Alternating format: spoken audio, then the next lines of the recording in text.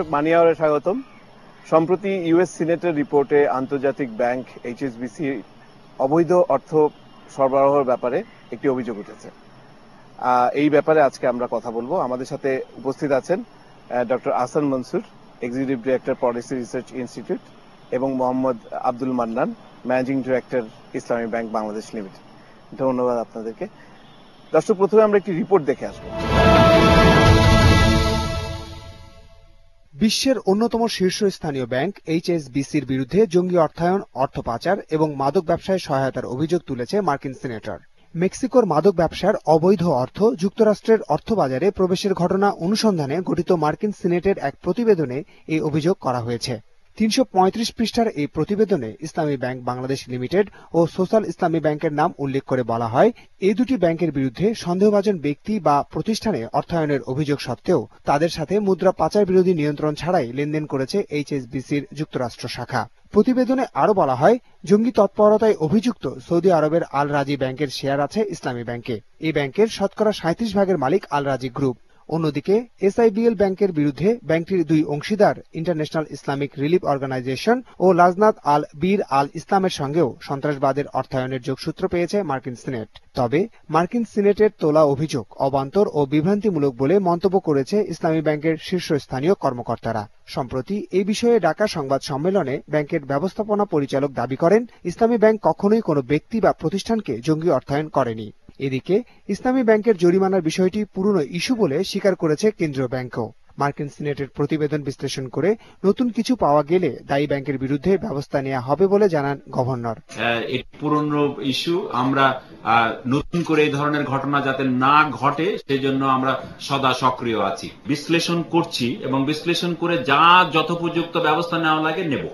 এদিকে মার্কিন সিনেটের অভিযোগের শুনানিতে নিজেদের দুর্বলতা স্বীকার করে ক্ষমা চাওয়ার পাশাপাশি এইচএসবিসির শীর্ষ কর্মকর্তা পদত্যাগ করেছেন।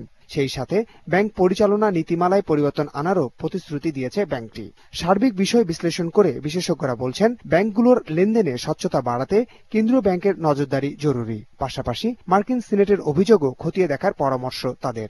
আমার যেটা মনে হয়, ব্যাপারটা অন্য অন্য ইস্যুর তুলনায় এতটা সিরিয়াস না। হয়তো কিছু যদি থেকেও থাকে, Bangladesh bank immediate anti money laundering হিসেবে দেখা উচিত। ব্যাংকগুলো ওরা এক্সপ্লেন করেছে, তবে সেই আলোকেই বাংলাদেশ ব্যাংকের দ্রুত এটা দেখে এবং দ্রুত কিন্তু আবার এটা কিন্তু জনসমক্ষে একটু জানানো দরকার। বাংলাদেশ ব্যাংকের ব্যাংকিং সুপারভিশনের মনিটরিংটা কিন্তু আরেকটু শক্ত করা দরকার। জঙ্গিবাদের মতো স্পর্শকাতর কোনো কিছুতে কোনো ব্যাংক অর্থায়ন করছে কিনা সে ব্যাপারে কঠোর নজরদারির পরামর্শ দিয়েছেন বিশেষজ্ঞরা। এই জন্য কেন্দ্রীয় ব্যাংকের সক্ষমতা বাড়ানোর উপর জোর দিয়েছেন ব্যাংকিং খাতের বিশেষজ্ঞরা। দর্শক, রিপোর্টটি দেখে নিলাম, চলুন আলোচনায় ফিরে যাই। প্রথমে ডক্টর মনসুর, আপনার কাছে আসলে জিজ্ঞেস করব যে এইরকম একটি রিপোর্ট আসলো যে ইন্টারন্যাশনাল ব্যাংকের সম্বন্ধে, তো এটা কি রিফ্লেক্ট করে? এটা একটা গ্লোবাল রিপোর্ট ইউএস সিনেট থেকে তৈরি করা হয়েছে স্পেসিফিক পারপাস, যেটা হচ্ছে যে ব্যাংকিং সিস্টেমকে ইউজ করে ড্রাগ এবং টেরোরিজম রিলেটেড ফাইন্যান্সিং কোথায় হয়ে থাকতে পারে এবং ইউএস পার্সপেক্টিভে তারা দেখেছে। তো এখানে যেটা এসছে সেটা হচ্ছে যে বেশ বড় বড় কিছু আন্তর্জাতিক ব্যাংক এবং ইউএস ব্যাংকও, যেমন ওয়াকোবিয়া ব্যাংক, যেটা একটা বড় রকমের ব্যাংক, সেটাও কিন্তু এটার মধ্যে উল্লেখ হয়েছে এবং সেটা আরো বড় রকমের মানি লন্ডারিং এ ইনভলভ। তো এটা এখানে জিনিসটা যেটা হচ্ছে যে ন্যাচারালি মানে ড্রাগ রিলেটেড ফাইন্যান্সিং সেটাই বেশিরভাগ ক্ষেত্রে হয়ে থাকে, কারণ ইন্টারন্যাশনাল ট্রেড ইন ড্রাগ, মানে যেটা হচ্ছে ইলিগাল ড্রাগের ট্রেডের ভলিউম হচ্ছে কিন্তু $340 বিলিয়ন। তো এই যে হিউজ কোয়ান্টিটি অফ মানি, এটা তো এক জায়গা থেকে এক জায়গায় যেতে হবে এবং এটার মেজর মার্কেট কিন্তু ইন্ডাস্ট্রিয়াল কান্ট্রিতেই, এবং ওটার টাকাটা তারা বিভিন্ন জায়গা থেকে ডিস্ট্রিবিউট হয়, ফলে ওইটার শিপমেন্ট দরকার হয় এবং সেই ক্ষেত্রে তখন দেখা যায় যে বিভিন্নভাবে ওই ড্রাগ কার্টেলগুলো ওই টাকাটাকে তারা এক জায়গা থেকে আরেক জায়গায় নিয়ে যায়। এবং সেই সাথে 9/11-এর পরে যেটা আরেকটা বিষয় চলে এসছে, সেটা হচ্ছে not only money laundering for drug users, drug cartels, এটার সাথে যারা ওই টেরর ফাইন্যান্সিং এর ব্যাপারটা চলে আসছে, যে terrorism financing also became A part of this process. কারণ হচ্ছে যে টেরোরিজম এক্সপার্টরা বলেন বা মনে করেন যে যেখানে টেরোরিজম হয় সেখানে সাথে ফাইন্যান্সিং একটা ইম্পর্টেন্ট ইস্যু হয়ে যায় এবং সেই ক্ষেত্রেও ব্যাংকিং সিস্টেমকে একটা কন্ডুইট হিসাবে ইউজ করা হয়ে থাকে বা হতে পারে। এই অ্যাঙ্গেল থেকে এই স্টাডিটা করা হয়েছে এবং কোন কোন ব্যাংক এটার সাথে সম্পৃক্ত হয়েছে তারা তাদের মতো করে অ্যানালাইসিস করেছেন। তো এখানে অবাক হওয়ার কিছু নাই যে একটা যে কোনো দেশেই একটা বড় ব্যাংকের মধ্যে কোনো না কোনো ক্লায়েন্ট কিছু না কিছু অ্যাক্টিভিটি হয়তো করে থাকতে পারে, যেটা সত্যি হতে পারে, অ্যালিজেডলি মানে এটা অমূলক হতে পারে, আমরা জানবো না, এটা আমাদের মানন সাহেব উনি আর ভালো বলতে পারবেন স্পেসিফিক সিচুয়েশনটা। কিন্তু সাধারণভাবে এটা অবাক হওয়ার কিছু নাই। বাংলাদেশের মতো একটা দেশ যেখানে মিলিয়নস অফ ট্রানজ্যাকশন হচ্ছে, একটা দুটো বা কিছু একটা ট্রানজ্যাকশন ওই ধরনের হয়ে থাকতেও পারে। তবে এটাকে আমি বলবো যে আমাদের দেশীয় কোণ থেকে যে সে জিনিসটাকে আমরা সিরিয়াসলি নেওয়া এবং এটাকে আমি বলবো যে যদি হয়ে থাকে ভবিষ্যতে যাতে না হয় সেই জন্য প্রতিরোধমূলক ব্যবস্থা গ্রহণ করার জন্য আমাদের ব্যাংকিং সিস্টেমকে পুরোটা এবং বাংলাদেশ ব্যাংকে সতর্ক হতে হবে। এরকম রিপোর্টে আমাদের আসলে নজর কেড়েছে একটা কারণেই যে আমাদের দেশের দুটো ব্যাংকের কথাও এখানে উঠে এসেছে এবং এখানে তারা অ্যাকচুয়ালি উল্লেখও করেছেন যে হয়তোবা হয়েছে কিনা একদম ডিরেক্ট না বললেও তারা বলেছেন যে এই ব্যাংকগুলোর সাথে তাদের ইনভেস্টমেন্ট পার্টনার যারা আছেন তাদেরকে তারা সন্দেহ করছেন। সো এই ওভারঅল ব্যাপার নিয়ে আপনাদের ব্যাংকের নামও উঠে এসেছে, তো আপনি যদি একটু আপনাকে ধন্যবাদ। ইতিমধ্যে ডক্টর মনসুর বিষয়টি ভালোভাবে বলেছেন যে সাম্প্রতিককালে মানি লন্ডারিং এর বিষয়টি খুব বড়ভাবে দেখা হচ্ছে দুনিয়াতে।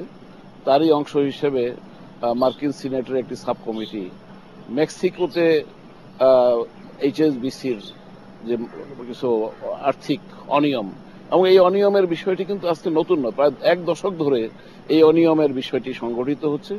এটি নিয়ে তারা তদন্ত করেছেন এবং তদন্তকালে তারা এইচএসবিসির সাথে কার কি ধরনের সম্পর্ক আছে সেগুলোতে তারা গিয়েছেন। তো সেখানে যেতে গিয়ে যে বিষয়টি লক্ষণীয় সেটা হলো যে মার্কিন সিনেটের তদন্ত প্রতিবেদনে কিন্তু বাংলাদেশের কোনো ব্যাংক কোনো ধরনের পাচার কিংবা কোনো ধরনের আপনার ফাইন্যান্সিং, যেটাকে অনৈতিক ফাইন্যান্সিং বা টেরোরিস্ট ফাইন্যান্সিং, এই ধরনের ফাইন্যান্সিং এর সাথে যুক্ত এটা কিন্তু মার্কিন সিনেটের প্রতিবেদনের কোথাও উল্লেখ করা হয়নি। মার্কিন সিনেটের দু তিনটি বিষয় আপনার লক্ষ্য করার মতো, সেখানে প্রায় 350 পৃষ্ঠার একটি প্রতিবেদন। এই প্রতিবেদনে তারা অনেক হিয়ার্স থেকেও তারা গ্রহণ করেছেন, যেমন পত্রপত্রিকার রিপোর্ট, কিছু ইমেল, এই ধরনের বিষয়গুলোকে তারা সাথে নিয়েছেন। নিয়ে বাংলাদেশের দুটি ব্যাংক সম্পর্কে কিছু মন্তব্য সেখানে আছে, যেমন ইসলামী ব্যাংক বাংলাদেশ লিমিটেড সম্পর্কে আমাদের বিরুদ্ধে কিন্তু তাদের কোনো অভিযোগ নেই, আমরা কোথাও অর্থায়ন করেছি কিংবা আমরা কোনো অবৈধ পাচারের সাথে আমরা সম্পৃক্ত, এই ধরনের কথা বলা হয়নি। বলা হয়েছে যে বাংলাদেশ হচ্ছে একটি দুর্নীতিগ্রস্ত দেশ, সেদিক থেকে বাংলাদেশকে যে একটা ঝুঁকিপ্রবণ দেশ হিসেবে উল্লেখ করা হয়েছে সেখানে। আর বলা হয়েছে বাংলাদেশ আপনার গিয়ে টেরোরিস্ট ফাইন্যান্সিং বা আপনার অবৈধ পাচার এই ধরনের বিষয়ের সাথে রিলেটেড একটি ঝুঁকিপ্রবণ দেশ। এই দুটি অভিযোগ বাংলাদেশ সম্পর্কে করা হয়েছে। করে বাংলাদেশের দুটি ব্যাংক, এই দুটি ব্যাংকের সাথে এইচএসবিসির সম্পর্কের কথা বলা হয়েছে।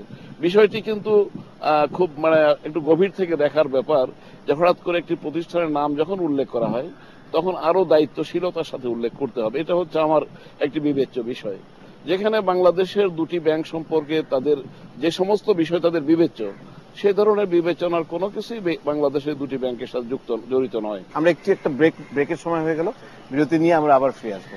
দর্শক, একটি বিরতির সময় হয়ে গেল, বিরতির পর আমাদের সাথেই থাকবেন।